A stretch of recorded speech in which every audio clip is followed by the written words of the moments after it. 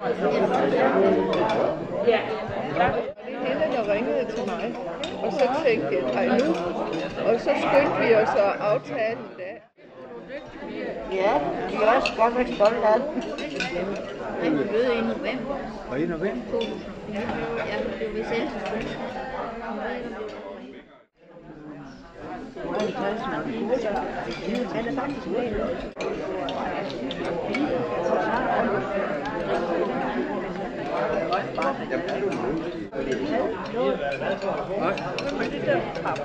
For hele papir.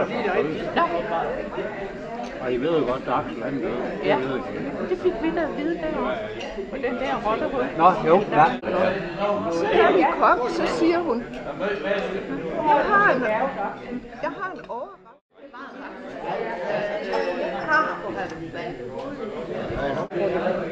Jamen, I kan godt stille.